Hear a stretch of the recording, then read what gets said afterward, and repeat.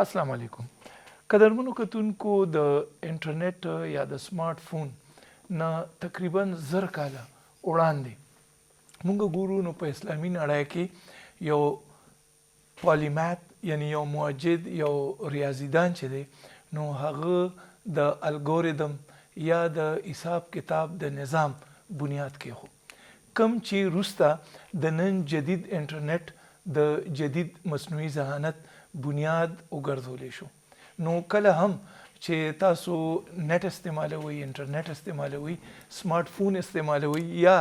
د اے آی ټولز استعمالوي نو چې دغه مسلمان موجد دغه مسلمان ساينسدان میتھمیټیشن ریاضیدان چې دی چې هغه هم د نظر اخواني شي او هغه څوک دی هغه دی محمد ابن موسی الخوارزمي او دا الخوارزمي چې دی د دې لیټنایزډ فارم چې دی د الګوریدم تاسو به سحر ماښام اورئ وی الګوریدم چې دی نو هغه ماته داسې خلکو چینج کو داسې انفارمیشن راستی او دا راستی او نن تقریبا ټوله نړۍ چې ده نو هغه د حساب کتاب دغه نظام چې دی دغه الګوریدم چې دی نو هغې نه صرف د بدلون طرف ته روانه کړې ده بلکې د هغې رفتار کې فرق راوستی دی هغې ته او د هغې کتنه د هغه بالکل په یو بدل انداز کې زموږ وړاندې ایښې ده. همدغه وجه ده چې دوی ته د الجبرې پلار او د کمپیوټر ساينس نیکه وایي. نو نن چې څونه مصنوعي ذهانت کمپیوټر انټرنیټ دې سره تړلي چې څومره څیزونه دي ایجادات دي نو دا په نړۍ کې نه صرف ده چې بدلون طرف ته روان دي نه صرف دا چې د انسان په ژوند کې چې د هغې بدلون راوستی بلکې په خپله هم د انسان دپاره یو لوی چیلنج او یو لوی کړمه چې د ستونزه ګرځېدلې ده د په ډېر څه باندې ډېر اثر اچولی دی خو اعلی تعلیم چې دی کم تعلیم چې په جامعاتو کې نو هغې ته خاص چیلنج چې دی د وخت کې ودرولی دی. موږ هم تابع کړې ده چې د نن جایزه کې هم د دغه چیلنج جایزه واخلو او موږ وګورو چې د جامعاتو مستقبل چې دی هغه د اے آی سره به څنګه وي څومره دې سره دې ته تکلیف کېدی شي یا دې ته څومره نقصان کېدی شي یا دې ته څومره ترقي ترلاسه کېدی شي یا د اے آی نه دا څومره ترقي اخیستی شي انسان چې دی هغه ته څونه ترقي کولی شي دا ټولې هغه خبرې دي چې موږ په خبرې اترې کول غواړو. زه یم ریاض خان داودزی ما سره په سټوډیوز کې یو ډېر موضوع پینل موجود دی ډاکټر اسرار الله صاحب موږ سره دی دی د کمپیوټر ساينس ډپارټمنټ ورچوال یونیورسټۍ هیډ دی دی سره اجاز الله صاحب دی په ایم ساينسز یو مشهور انسټیټیوشن دی او په جدید علومو کې چې دی نو خاص نوم لري دی په هغې کې د کمپیوټر ساينس استاد دی دی دواړو سره به خبرې اترې هم کوو او ځان به هم ترې پوه یو چې د اے آی یا مصنوعي ذهانت چې دی نو هغې دغه جامعاتو ته په مستقبل کې کم چیلنجز او کم شرایط مخکې ایښي دي. ستړي مه شئ. ډېره مننه جی شکریه تاسو ډېر اسرار صاحب ستاسو د یونیورسټي دغه به چې ما شروع کې مو کته نو هسې هغه وخت مو په 2007 کې حکومت ته هم مونږ خپله به هم دا ورته وایي چې یاره دا یو ښه کانسپټ دی او دا پکار دی. نن مونږ ګورو نو دنیا ټوله ورچول ده دنیا کې تعلیم علم ټول ورچول دی خو دا ما چې کومه خبره وکړه نو د اے آی څومره ټولز چې دي د دې تقریبا روان دي څه مو د پس په 40-50 کال وشي خو دا څومره هایپ او دا څومره عمل دخل چې په زندګۍ کې اوس دی دا یا ښکارېدونه یا به څه وجه وه دا اے آی څه شی دی دا مصنوعي ذهانت وایي څه ته دې زموږ په دې ژوند کې دا دومره تبدیلي دا دومره عمل دخل دا دومره کردار یې څنګه راغلی. ډېره مننه جی تاسو شکریه تاسو موږ ته موقع راکړه د پروګرام کې او دا ډېر اهم موضوع دی یقینا سره ورچوال یونیورسټي موږ د حوالې سره کافي کار کوو لګیا او دا چې کوم چیلنج تاسو ذکر وکړو دا زه دې ته اپرچونیټي وایم چې کوم ریسنټ ډیولپمنټ شوي دي خاص کر دا چې کوم جنریټیو ماډلز موږ ورته وایو چیټ جی پی ټي نه ډېر خلک خبر دي نو د دې نه دا ریسنټلی 2022 کې دا چې کوم دی منظر عام باندې راغو د دې نه مخکې عام خلک د دې کانسپټ نه دومره متعارف نه وو حالانکه د څومره چې سوشل میډیا ده د دې شاته چې کوم الګوریتم تاسو ذکر وکړو د ټول دغه مشین لرنینګ بیسډ الګوریتم به چلیدل چې هغه زمونږ ډیټا موږ ته پته یې که نه هغه استعمالوي هغه موږ ته هغسې ایډز رامخته کوي چې هغه کې موږ انټرسټ یي لکه مارکیټینګ د ټوله دنیا په دې باندې چلیده خو د چیټ جی پی ټي چې کوم دی د دې اثرات عام سړي ته ورسول او چونکې زموږ موضوع هایر ایجوکیشن یا یونیورسټیانو کې چې خو خیر دا هم ښه خبره نو د دې لکه دا چې کوم بیسیکلی د اے آی چې کوم ماډلز دي دا د انسان چې کوم دماغ چې څنګه کار کوي د بیسیکلی د انسان هغه سیستم کاپی کو کمپیوټر کې نو اوس لکه زمونږ انسان په دماغ کې نیورونز مونږ ورته چې بلینز اف نیورونز دي کنیکټډ دي چې ماشوم پیدا شي هغه ورو ورو چې څه ګوري هغه ډیټا د سنسز کلیکټ کوي هغه سره دی ورو ورو سمجھ بوج حاصلېږي دغسې د کمپیوټر هغې کې نه یو آرټیفیشل نیورل نیټورک مونږ ورته وایو هغه ډېر زیات هغې کې هم دغسې بلینز اف نیورون یو غټ سیسټم نو هغه د ماس لیول انټرنیټ لیول ډیټا باندې هغه ټرین شوی دی چې پورا انټرنیټ کې تقریبا څومره ډیټا ده هغه ته فیډ شوی ده نو هغې بیس باندې هغه خپل چې کوم لرنینګ هغه کړی دی نو اوس چې ته هغه نه څه قسم ته سوال کوې نو یو داسې سیسټم تا ته مخې ته راغلی دی چې هغه د تقریبا د هر شي ایکسپرټ دی او یو لکه د دې سره ډېر اپورچونیټیز ما درته وویل لکه یو اسسټنټ هم هر سړي ته میلاو دی تا ته څه مشکل دی ته د هغه نه هیلپ اخیستی شي صحیح ګایډنس اوس روشانتي مونږ خپل مزل روان کو مطلب دا دی چې تاسو په خپل یو اداره کې کار کوئ په یو اداره کې چې یو تن کار کوي اوس موده تیر شي او دغه د پاره بل تن راشي نو هغه هم تریټن فیل کوي او یار اوس خو دې رالو که زه لږه خوا دې خوا کوم نو دی به زما زیو نیسي نو د اے آی جاب ډسپلیسمنټ چې دی په هغې وروسته خبرې کوو روان یو چې کله د چیلنجز اجاز ستاسو خو اداره چې ده نو هغه یو فارورډ لوکینګ اداره ده موږ دا وایو چې اے آی څنګه موږ مصنوعي ذهانت هلته د هغې څه رول دی Thank you so much, sir. Actually, I am sciences کې خو موږ AI باندې ډېر زیات لکه زموږ چې کوم فیکلټي ممبرز دي نو ډفرنٹ AI کورسز موږ لانچ کړل دي د هغې نه علاوه موږ ډفرنٹ پروګرامز لکه کرنټلی زموږ سره IM ساینسز کې BS in artificial intelligence زموږ سره یو پروګرام اپر کېږي په هغې کې ډېر زیات سټوډنټس چې دي نو لکه کرنټلی زموږ سره په اوس چې کوم ایډمیشن شوي نو په هغې کې 5000 to 6000 کینډیډیټس اپیر شوي حالانکې سیټس زموږ سره صرف 50 سیټس دي نو ډېر زیات خلک انټرسټ شو کوي خاص کر په اے آی کې او هغه لیمیټډ سیټ لپاره موږ ټیسټ کنډکټ کوو ایټا په تھرو او کم سټوډنټس چې هغه ټیسټ کوالیفای کی نو هغه زموږ سره بیا انرول شي په اے آی پروګرام کې نو نور یونیورسټیانو هم په KFK کې اوس اے آی پروګرامز شروع کړل ځکه چې د هغې د اهمیت نه څوک انکار نشي کولی هغه که هر یو ډومین دی موږ سره هغه که ایجوکیشن سیکټر دی هیلث سیکټر دی دې نه علاوه که بینکینګ سیکټر دی یا ایون که موږ سوشل میډیا ته راشو نو ټول بیس دی په اے آی باندې او په هر صورت کې هر یو ادارې دا کوشش کړی دی چې اے آی اډاپټ کی او د هغې د اډاپټیشن نه بغیر پاسیبل نه ده چې کومه یو اداره کامیابۍ طرف ته لاړه شي نو د دې د وجې نه موږ یو بل پروګرام هم لانچ کړی دی بګ ډیټا انالیټکس په نوم باندې داسې نور نوي پروګرامز چې څومره دي نو موږ د هغې دپاره کوشش کوو او هغه د هغې د امپلیمنټیشن پلین لرو نو کله چې موږ وایو چې اے آی از فیوچر نو مطلب موږ حق بجانب یو چې دا خبره کوو ښه خو چې هغه کوم ځای ته موږ راته غوښتو ته ورسېدو مطلب دا دی چې اے آی دا خو ایز ا سبجیکټ دی دغه وکړو اے آی چې دی نو هغه چیلنجز هم مخې ته ایښي دي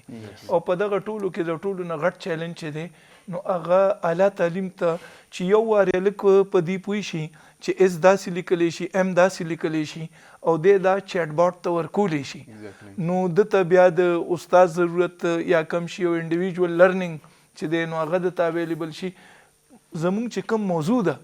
نو هغه هم دغه ده چې تعلیمي ادارو ته د اے آی ډېر غټ چیلنج نو تاسو څه وایي چې دا چیلنج دی ایگزیکټلی زه بلکې لکه دوی ته اکثر خلک وایي چې اے آی چې کوم دی تھریټ ته تھریټ ټکې لږ نیګیټیو پرسپشن لري ونس اگین لکه دا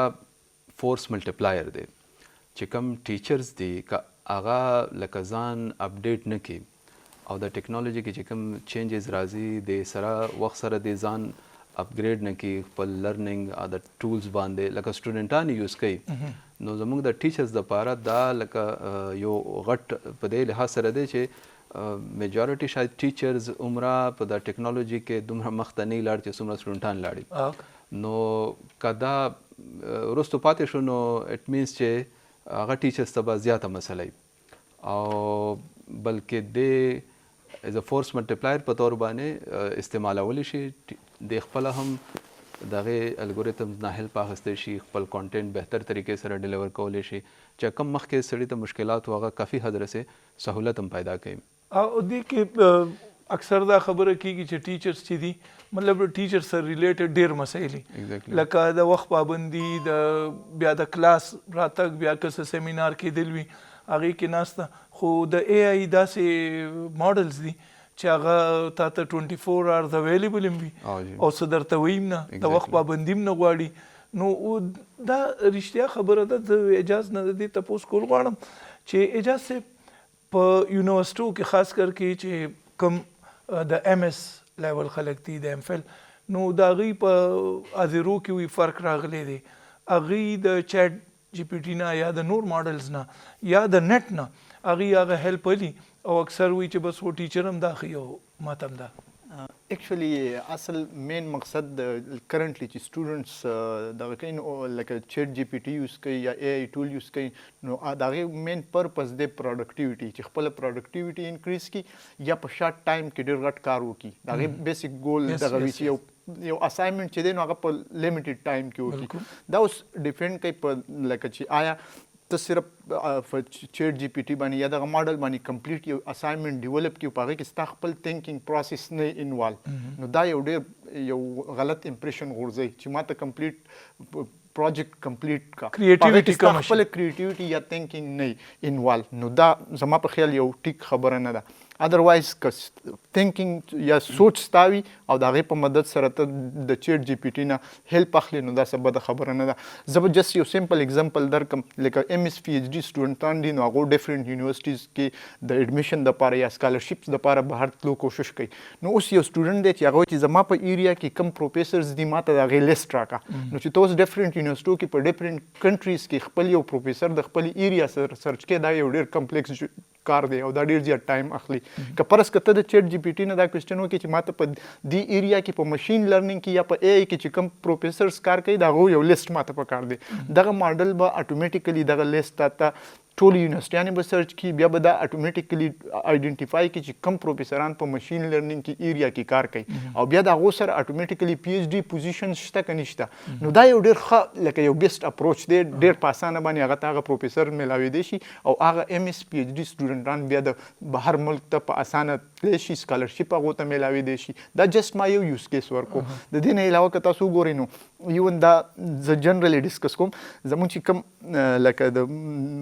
عالمان دي دیو لکه یو خطبه چې ورکوي د جمعې خطبه نو دې دپاره دیو ډېر زیات ریفرنسز یوز کوي ډېر بکس یوز کوي ډېر زیات. نو که فرض که زه وایم چې زه ما ته اوس خطبه پکار ده په یو ټاپ آنیسټي باندې په آنیسټي باندې زه یو خطبه تیاروم نو ما ته به چې زه چیټ جی پی ټي ته دا ووایم چې ما ته دومره حدیثونه پکار دي په دې خطبه کې په دې ټاپک باندې دا بکس پکار دي. نو که فرض که موږ عالمان په دې کې انوالو کړو نو هغو ته به هم ډېره زیاته اساني میلاو شي. ټیک ده چې هلته یو دغه راځي چې یاره دا به فیک وي که ټیک به وي د هغې بیا پکار دی چې هغه ریفرنسز او هغه بکس او د هغې کاونټر چیک وشي او بیا ډېره اساني به هغو ته میلاو شي. نو په هر یو ډومین کې د دې یوز چې دی نو په پازیټیو اسپیکټس کې هم پاسبل دی په نیگیټیو اسپیکټس کې هم پاسبل دی. او په دې کې څنګه ډېرې خبرې داسې کېږي که نه مونږ چې کوم سیز ته تلو نو او یا مونږ تپوس کول غوښته نو هغه هم دا وجه ده چې کله تاسو هغې نه تپوس کوئ پوښتنه کوئ او هماغه سیزونه پروسس کېږي او تھاټ پروسس یې وي کریټیویټي چې دی نو هغه یو کمیږي. تھاټ پروسس چې دی سړی په خپله سوچ نشي کولی د مشین خوښه ده چې کوم خویبوزي او هغه بولټس شارټ بولټس ورکړي ریفرنسز ورکړي نو هغه خو هم خبره ده خو مارکیټ ته خلک تیارول لکه مطلب دی چې زمونږ ادارې د هایر ایجوکیشن یا ستاسو چې څنګه تاسو بل دی ناسي او ساينس سبجیکټ ټیکنالوژي سره ریلیټډ سبجیکټس لکه ستاسو چې دی او هغه د کراچۍ کې هم ستاسو سټوډنټ چې دی فایده اخلي بل خو د هغه د انډسټري انګیجمنټ چې دی یعنی انډسټري او اکیډیمیا دا خلکو بیا جابس به څه کېږي مطلب دی چې دې کې کریټیویټي نه وي دې کې کریټیکل تھینکینګ وي ډېره غټه مسله ده. اے آی چې څوک لګیا دی او د هغې نه هیلپ لي نو یې کې کریټیکل تھینکینګ دا هم ډېره غټه ایشو ده. دې باندې به زه یو مزید یو هغه ورسره ګایډ کوم چې کوم زمونږ هایر ایجوکیشن سټیټس دی یعنی اوورال پاکستان کې چې کوم تعلیم ریشو ده هغه زمونږ ورته وایي چې 60% یا 50% اراؤنډ ده نو هغه بیسیک ایجوکیشن دی، هغه ډیفینیشن هم ډېر لو دی چې خپل سړی نام لیکلی شي. یا بیا دې نه پس چې کوم میډل سکول کالج لیول باندې دی دا एकदम سره ډراپ کیږي دا ریشو. یونیورسټیز کې چې کوم انرولمنٹ ریشو دا تقریبا 10 یا 11% دی. یعنې زمونږ چې څومره ینګ لاټ دی دا لکه اول خو انرولمنٹ دی ډېر کم، او بیا زمونږ سیسټم کې یونیورسټیز کیپیسټي ډېره لیمیټډ ده، ځکه چې څنګه دې ذکر وکړو چې ایم ساینسز کې لیمیټډ کیپ سیټس وو، دومره سټوډنټانو اپلای کړی وو، هغه نشي اکاموډیټ کولی. نو د ټیکنالوژي زمونږ ته هیلپ راکوي چې د کم کنونشنل ایجوکیشن سیسټم کې چې کم لیمیټیشنز او چیلنجز وو چې یو کمرې ته به ټیچر راځي، سټوډنټان به راځي، دلته به دوی یو بل سره ډسکشن ټیچینګ هغه به کېږي. نو دا لکه تا سره کمرې کې محدود ځای دی، ته کې هغه یو لیمټ نه زیات سټوډنټان نشي کېنولی. ټیچر پابند دی چې دی به راځي، سټوډنټ پابند دی. نو ټیکنالوژي د کوم ورچوال یونیورسټۍ کانسیپټ دی دی دا پابندیانې ختم کړي. د سټوډنټ چې چېرته ناست دی، ټیچر هم چې چېرته دی، لکه مطلب آنلاین میټیریل اویلیبل دی چې کم ټایم سټوډنټ فارغي په خپل سهولت سره د هغه سټډي وغیره جاری ساتلی شي. بالکل دا اے آی چې کوم دی دا پکې نیکسټ لیر او سپورټ ورکوي چې زموږ انډرسټینډ کې موږ ته دا خاص کر دا چیلنجز دي. زموږ سټوډنټان هم سټرینث دیر سیوا دی، پرټیکولرلی کمپیوټر ساینس ډپارټمنټ چې کوم زه به درته یاد کوم لاست سیمسټر کې د ورچوال یونیورسټۍ تقریبا 50,000 پلس ایډمیشنز شوي. نو اوس زموږ سره چې کوم فیکلټي ممبر دی هغه کافي اووربرډن دی. زموږ چې کوم سیسټم دی هغې باندې سټوډنټان موږ نه تپوس کوي، هغې کې هغو ته ریسپانس ورکولو کې ډېر ټایم لګي. او تاسو خو د نور انسټیټیوشنز نه خلک انوالو کوئ که نه؟ دې کې لکه موږ خپل سټاف دی، اچھا هغه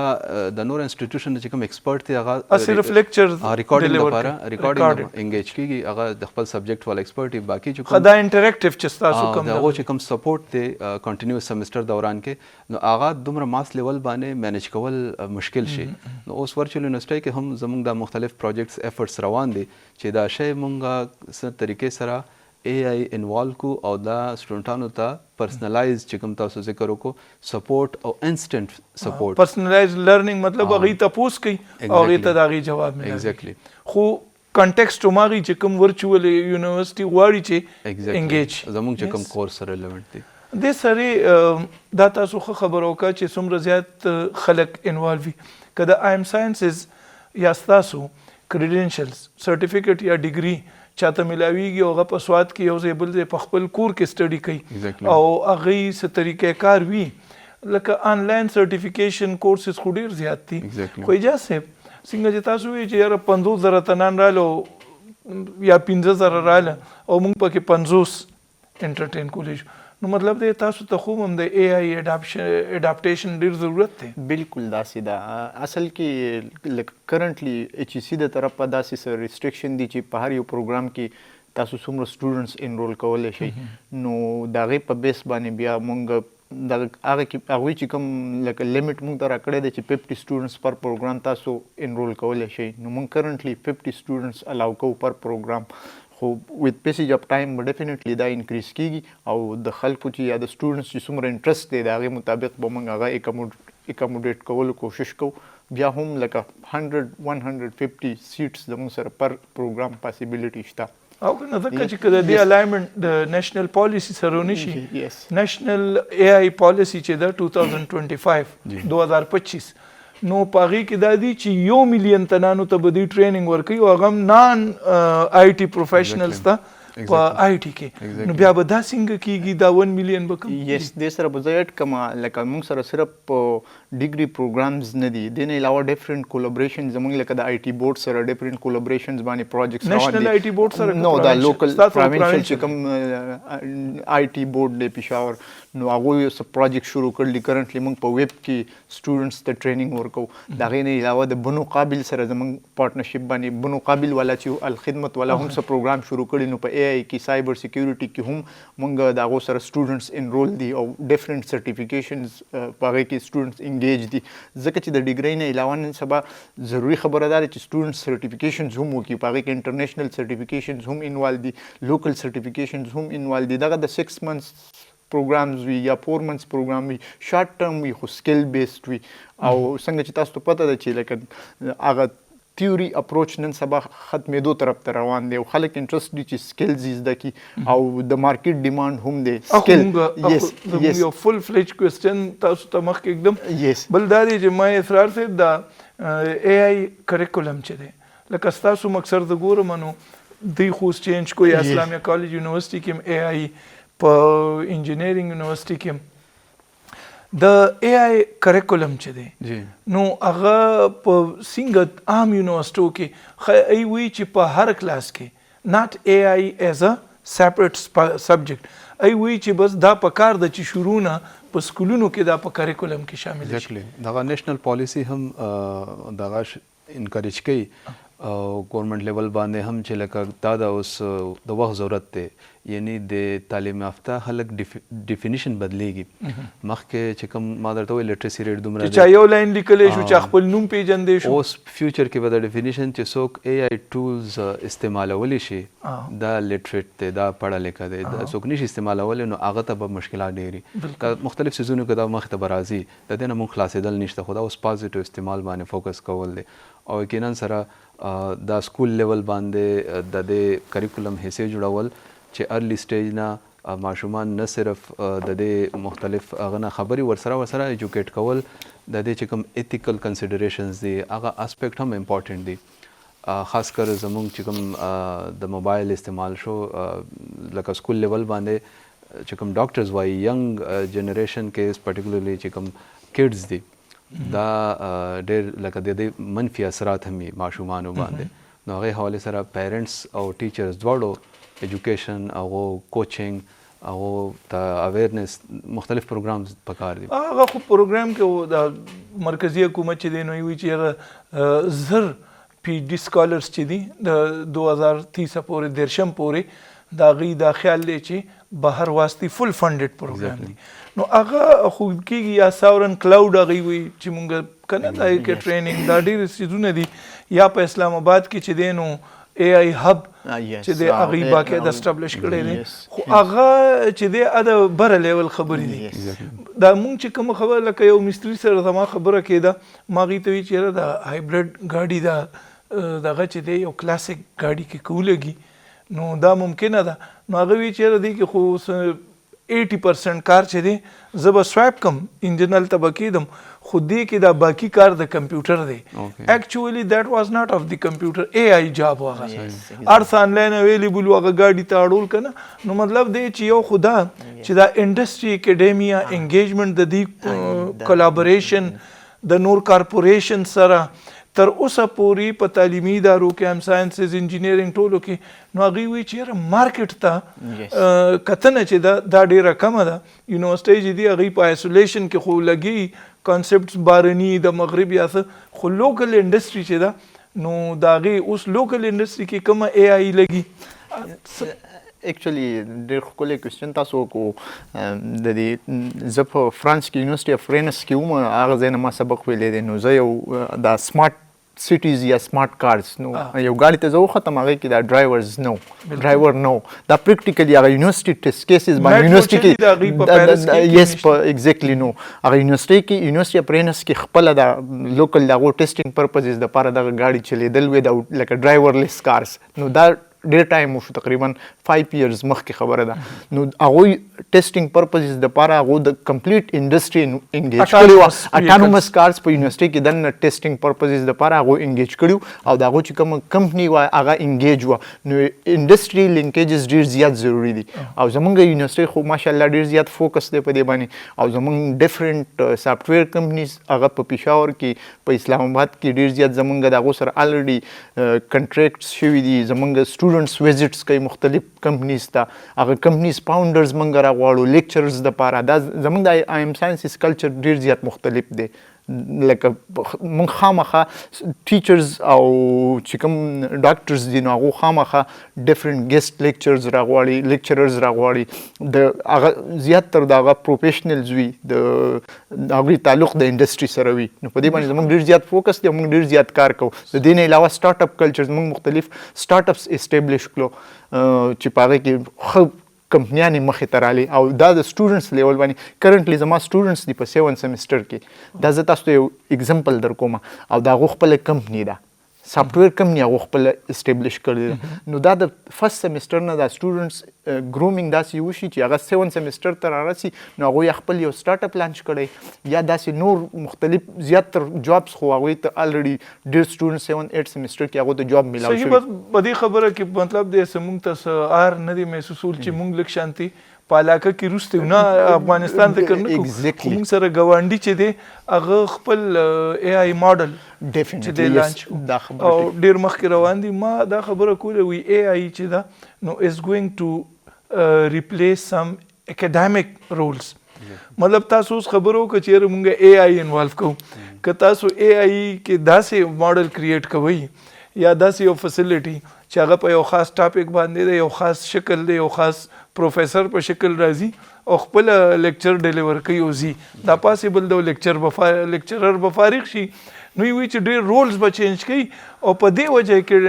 څومره چې هایر ایجوکیشن انسټیټیوشن دي ای ته پکار دي چې د دې باره کې فیوچر پروفینګ مو کې ځان برابر کړي. صحیح خبره ده. اچھا یو بل پوینټ باندې سوري لګ اډ کولم تاسو چې کوم انډستری لینکیج باره کې خبرو کړه یقینا سره زمونږ یونیورسيټانو ته د غټ چیلنج دی کوم مونږ ګریجویټس یونیورسيټي والا پرټیکولرلی ان امپلایمنٹ باره کې ډېر زیات کنسرن دی نو هغه یو مین وجه دغه دی چې لکه یونیورسيټانو کې چې کوم سلیبس کریکولم دی ته پڑھاویږي پریکټیکل انډستری کې هغه لګ ډیفرنٹ دی او د حواله سره ګورنمنت لیول باندې هم دغه سکل بیسډ کورسز انیشیټیوز چې تاسو ذکر وکړو چې ملینز اف چې کوم ټریننګز ورکول دي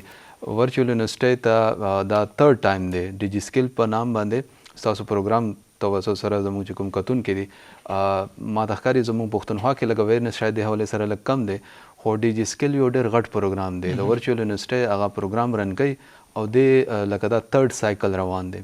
د نمخ کې 2 سکسسفل بیچز کمپلیټ شوي دي او دا هر بیچ کې تقریبا ملین زیات سیوا سټوډنټان هغه انګیج کوي هغه ته تقریبا 20 اراوند ډیفرنٹ چې کوم سکل بیسډ کورسز دي او د دې چې کوم پروجیکټ ډایریکټر دی ټول د مخکې ما هغه سره ډسکشن کېدو هغه اوس خپل د چې کوم چا د دوی نه سرټیفیکیشن کمپلیټ کړي هغه نو سروې کړی و یو تھرد پارټي باندې نو هغه وایي چې هغه چې کوم آنلاین مارکیټ کې فریلانس مارکیټ کې هغه چې کوم کار کوي چې کوم د فیډبیک هغه کوسو هغه بلینز کې هغه ریونیو پاکستان ته ورکوي نو هغه ډېر سکسسفل پروجیکټ دی او د دې نه علاوه چې کوم تاسو د هغه ذکر وکړو د ټیچر ریپلیسمنٹ والا موږ سکل شفت هم شروع دی سکل شفت هم کیږي کوم ډیر سیزونه چې دي او دا کوم چې موږ وایو چې رولز بدلیږي د اکیډمیکس چې دي دا غي رولز بدلیږي د او دا به اي اي کوي د اکیډیمیا کې سر رولز چې دي اب اتوماتیکلی بدل شي ضرورت پېنی دا لکه موږ چونکې دغه فیلډ سره ډېر نږدې نه اي اي اواتار زوته وایي لکه هغه بیسیکلی هیومن لوک لایک پروفیسر اي اي پروفیسر هم ورته وایي مختلف ټرمز ورته استعمالېږي د باندې کار روان دی لکه میبي لکه زما فیلینګ شاید لک بایس ورته وایي خو زه دا فیل کوم چې د ټیچر ریپلیسمنٹ شاید هغه څه نشي کولی نو ټیچر لکه چې کم انګیجمنٹ پیدا کولی کیوراسټي پیدا کولی کریټیکل تھینکینګ دغه کوچینګ چې کم دی د یونیورسيټانو کې چې کم د کلاس روم انوایرمنٹ دی پرټیکولرلی آنلاین کې مونږ فیل کوو چې هغه لږ محدود دي لکه ګوره ای د یونیورسيټیز او د اي اي په کنټیکس کې چې کله مونږ خبره کوو نو څنګه چې مونږ پرسنلایز لرنینګ هغه لرنینګ کې پرسنلایز دلته اتوماتډ ګریډینګ وشي ایگزیکټلی کنه یا بیا غوي وی چې پروډکټیو انالیټکس مخکې نه پتی چې دا شی سکور داسې راړو نو ډیر سيزونه به منځ نه دي یونیورسيټي په کار دي چې هغه په اډاپټیبিলিټي باندې کار وکړي څنګه چې دی وی کنه نو د وختي تاسو خپل خبره کوله چې یاره ایچ سی چې دی نو هغه مست کنسیشنز چې دی ډیسټنس لرنینګ ته دی تور کوي نو چې هغه په دې باره کې څه سوچ ایچ سی ریسنټلی او ډی ایل پالیسی لانچ کړی دا هغه او ډی ایل پالیسی بیسیکلی اول پاکستان کې علامه اقبال اوپن یونیورسيټي ډېر وخت نه دا ډیسټنس بیس باندې پروګرامز چلول بیا 2002 کې ورچوال یونیورسيټي آنلاین بیسډ یو ټیکنالوژي بیسډ یونیورسيټي ورته وای هغه هم ډېر سکسسفل لکه اوس سره کافي زیات زموږ چې کوم مادر ته ویل ګریجویټس چې هغه جاب هم کوي کوم چې کوم فیمیل دي چې کیمپسز ته ټریول نشي کولی چې فاینانشل مسلې یونیورسيټانو لکه فیس هم سیوای زموږ دا ټول بینیفټس هغه لکه دوی ته اپورچونټي ورکوي چې خپل ایجوکیشن کنټینیو کړي اوس دا شی ایچ سی ایکسټینډ کو ځکه چې موږ باندې هم برډن ډېر سیوا دی زموږ چې کوم ریکوایرمنټ دی هغه ډېر سیوا دی چې کوم پاپولیشن دی یا کوم یونیورسيټي انرولمنٹ دی ما دا ته وایي چې تقریبا هغه ریشو ډېره کمه ده، ډېره کمه ده، کیپاسټي هم نشته بیسیکلی. نو دا ODL پالیسی کنونشنل یونیورسيټي هم الاو کوي چې دوی ډیسټنس بیسډ آنلاین ایجوکیشن کا څوک ورکول غواړي هغه پروګرام هغه هم انیشیټ کولی شي. هغه دپاره دوی خپل ریکوایرمنټ هم دی، پریپیرډنس دی چې هغو سره ټیکنالوژي انفراسټرکچر خپل سیسټم چې هغه ریموټ لرننګ چې کوم دی هغه یو خو دا خبره هم کیږي چې یاره په پرایمري لیول باندې یا په ابتدایي سطح باندې چې دی نو سټم یعنی د ساينس ټیکنالوژي انجینیرینګ میتھمیټکس د حساب دا سیزونه چې دی مخې ته راشي او دا نور نان ساينس اینڈ ټیکنالوژي مضامین چې دي نو دا لږ کم کړی شي. نو یونیورسټو ته به هغه خلک ځي چې هغوی به ټیکنیکل سایډ باندې او په دې سایډ باندې به مطلب د ای بیا کار زده کولی شي، که انلاین وي که ډسټنس وي، نو په دې باندې هم خبرې اترې کوي بالکل چې دا څنګه دا یونیورسټۍ به دې ته ځان برابر د حوالې سره لکه زموږ چې کوم آرټس سبجیکټ دی، لکه زموږ کلیګ چې کوم دغه فیلډ والا دی هغه دا شی دا سټم والا ټرم چې کوم دی هغه لږ په بده ګڼي، بلکې هغه وایي چې سټم نه دی پکار سټیم پکار دی، د کې منځ کې ای هم پکار دی آرټس دپاره. او آرټس سبجیکټس چې کوم دی دا زموږ د هیومن سوسایټي یو انټیګرل پارټ دی. چې کوم د ساينس والا سبجیکټ دی هغه یو شعر ونه دی چې لکه دا انسان نه مشینان جوړي، نو د هیومن فیلینګ هیومن فیکټر چې کوم دی دا هم ډېر امپورټنټ دی. یو څلور منټه دی په دې خبره کوو، خو خبرې په هیومنټي کې ناو دیر از AI ماډلز یا ټولز چې هغه تاسو د پاره د اردو پښتو شاعري هم کوي. که تاسو ورته وایي چې ما ته په ازادۍ باندې یو ښه نظم ولیکه یا راته یو ښه نعت ولیکه نو هغه هم کوي. مطلب دا دی چې AI چې دا گو چې انسان جوړه کړې ده، خو د انسان دپاره یو ډېر غټ چیلنج دی. نن موږ وایو که نه چې زموږ د ماشومانو باندې غلط اثر کوي، نو که زموږ په کنټرول کې وی خو موږ به ماشومانو نه ساتلې وه. AI تپوس نه کوي، انټری کوي. نو اوس هم موږ وختي دا خبره کوله اجاز دا د دې دپاره چې دا موږ څنګه وایو چې د ټیچر اویلیبلیټي په ځای د دې چې 50-60 سټوډنټس چې دی هغوی راځي او یو خاص دی کې یو خاص ټایم دپاره کینی انټریکټ کوي. اوس خو هغه نسل جنریشن هغه نه دی، هغوی که ته شل هم کینې شل په شلو موبایل وینخلي، نو ولې نه یو ټیچر چې دی هغه ټولو سره مخاطب شي او په خپل خپل ځای ورسره دغه وکړي. بالکل دا خبره خو ټیک ده، خو د هر څیز خپلې فایدې او نقصانات وي. لکه ټیچر زما په خیال زه یم چې ځینې سنیریو کې خو به د آنلاین ایجوکیشن او دغه ډېر ضروري وي، خو لکه دا ټیچر یوازې دا نه دی چې لیکچر ډیلیور کړي او بس هغه یو سټوډنټ ته کمپلیټ ډایرکشن ورکوي، هغه ته سمت ورکوي، دغه سره دغه کیر کوي او په فیوچر کې دغه سره یو کنیکشن دغه اسټابلیش کیږي. بل چې دا لیمیټډ سټوډنټس چې وي کلاس کې نو دغه څه فائدې دا دي چې هلته سټوډنټ سیریس وي، هغه قسم ایشوز لکه دا څنګه چې موږ وایو سټوډنټ ټیچر ریشو، نو بدقسمتۍ نه پاکستان کې یا سکولز چې دي نو ریسورسز ډېر زیات کم دي، ایون ټیچرز کم دي. اوس دی وایي چې موږ په سکولز کې AI لانچ کوو، ټیک ده دا خو یو ښه اپروچ دی چې AI لانچ شي، خو د هغې دپاره ریسورسز اویلیبلیټي د هغې څه پلان دی. ټیچرز به دیو به AI ټیچر سکول ته اویلیبل کړي که نه. لکه کرنټلی چې زه ایگزسټنګ یونیورسټیز وګورم نو په هر یو یونیورسټۍ کې به د AI ایکسپرټس یا یو وي یا دوه وي، نو آیا دیو به سکولز ته هغه فیسیلیټیز ورکړي، هغه AI ټیچرز به اویلیبل کړي که نه. دا هم یو ضروري د ګورنمنټ دپاره یو چیلنج دی، یو پلان پکار دی چې IT ریلیټډ ټیچر سکولز ته ورکړي. نو د دې په ترو به موږ مخکې دا سیسټم په یو ښه طریقه پروسیډ کولی شو. وی چې د AI سټارټ اپس چې دي، کارپوریشنز چې دي، د ګورنمنټ ایجنسیز چې دي، د دې ترمنځ چې پورا کوارډینیشن او پورا دغه نیشه وي، نو تر هغې او دې دپاره د نیشنل پالیسي چې دا خو